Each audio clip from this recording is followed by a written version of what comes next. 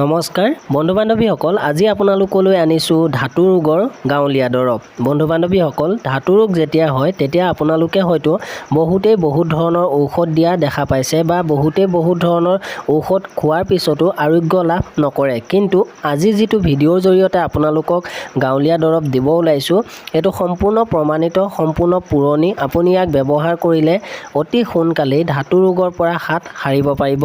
তাৰ কাৰণে আপোনালোকক লাগিব মালভোগ কলৰ পুলি। এয়া আপোনালোকক দেখুৱাবৰ কাৰণে মালভোগ কলৰ পুলি, আৰু আপোনালোকে মালভোগ কলৰ পুলি এদিনত 3টাকৈ, 3 দিন 9টা লাগিব। তাৰ কাৰণে আপোনালোকে আগতীয়াকৈ মালভোগ কলৰ পুলি বাছি ল'ব। যদিহে আপোনালোকে একে লেঠাৰিয়ে ঔষধ নেখায় তেতিয়াহ'লে আপোনালোকৰ এই ৰোগটো ভাল নহ'ব। তাৰ কাৰণে আপোনালোকে আগতীয়াকৈ মালভোগ কলৰ পুলি বাছি ল'ব, বিচাৰি থ'ব। তাৰপিছত আপোনালোকে প্ৰতিদিনেই 3টাকৈ মালভোগ কলৰ পুলি আনিব লাগিব। আৰু কেনেকৈ খাব লাগে, কি কৰিব লাগে, ভিডিঅ'টো সম্পূৰ্ণ শেষলৈকে চাই থাকক। মই আপোনালোকক যিমান পাৰোঁ বুজাই দিম। আপোনালোকে যদি এই ঔষধটো খায় তেতিয়াহ'লে আপোনালোকে আৰু বেলেগ ঔষধ খাব নালাগে। আপোনালোকৰ ধাতু ৰোগ ইয়াতেই নাইকিয়া হ'ব। প্ৰথমেই কওঁ ধাতু ৰোগৰ লক্ষণসমূহৰ কথা।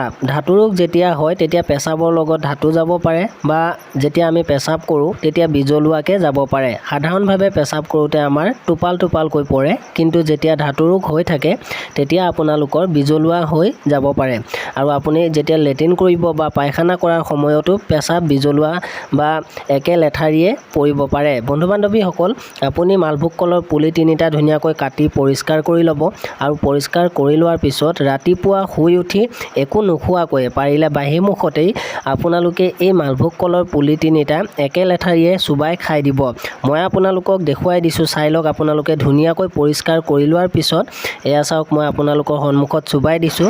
ঠিক এনেধৰণে আপোনালোকে 3টা পুলি খাব লাগিব। আৰু 3টা পুলি এনেধৰণে আপোনালোকে 3 দিনত খাই আদায় কৰিব। তেতিয়া আপোনালোকৰ যিটো সমস্যা বা যিটো ধাতু ৰোগ আছে এইটো অতি সোনকালে নাইকিয়া হ'ব।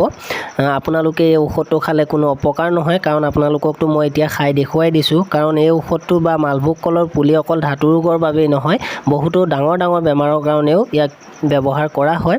আপোনালোকেও এই মালভোগ কলৰ পুলিৰ যিটো ঔষধ শিকালোঁ এইটো আপোনালোকে এনেকৈ 3 দিন খাই দিব। বন্ধু বান্ধৱীসকল, ভিডিঅ'টো এৰি নাযাব। আৰু এটা বিশেষ কথা আপোনালোকে জানি লওক, যেতিয়া আপোনালোকৰ ধাতু ৰোগটো হৈ থাকিব তেতিয়া আপোনালোকে কেইটামান বস্তু খাব নালাগে। আপোনালোকে মাংসৰ ভিতৰত গাহৰি মাংস, হাঁহৰ মাংস, মাছৰ ভিতৰত কচ মাছ, বৰালি মাছ, এনেধৰণৰ বিজলুৱা আৰু তেলীয়া মাছ, লগতে বিজলুৱা খাদ্য যেনেধৰণে পালেং শাক, এনেধৰণৰ যিবিলাক বিজলুৱা হয় সেইবিলাক আপোনালোকে ধাতু ৰোগ হৈ থকাৰ সময়ত নাখাব। তাৰপিছত আপোনালোকে অমিতা, মগুমাহ, মচুমাহ বা বাকী সকলো বস্তুৱে খাব পাৰে। আশা কৰোঁ ভিডিঅ'টো নিশ্চয় ভাল লাগিল। যদি ভাল লাগিল এটা লাইক কৰিব, আৰু এনেধৰণৰ নতুন ভিডিঅ' পাই থাকিবৰ কাৰণে আমাৰ চেনেলটো ছাবস্ক্ৰাইব কৰি ল'ব। তেন্তে পুনৰ এটা নতুন ভিডিঅ'ৰ সৈতে পুনৰ লগ পাম। চাই থাকিব আমাৰ ভিডিঅ'সমূহ। ধন্যবাদ।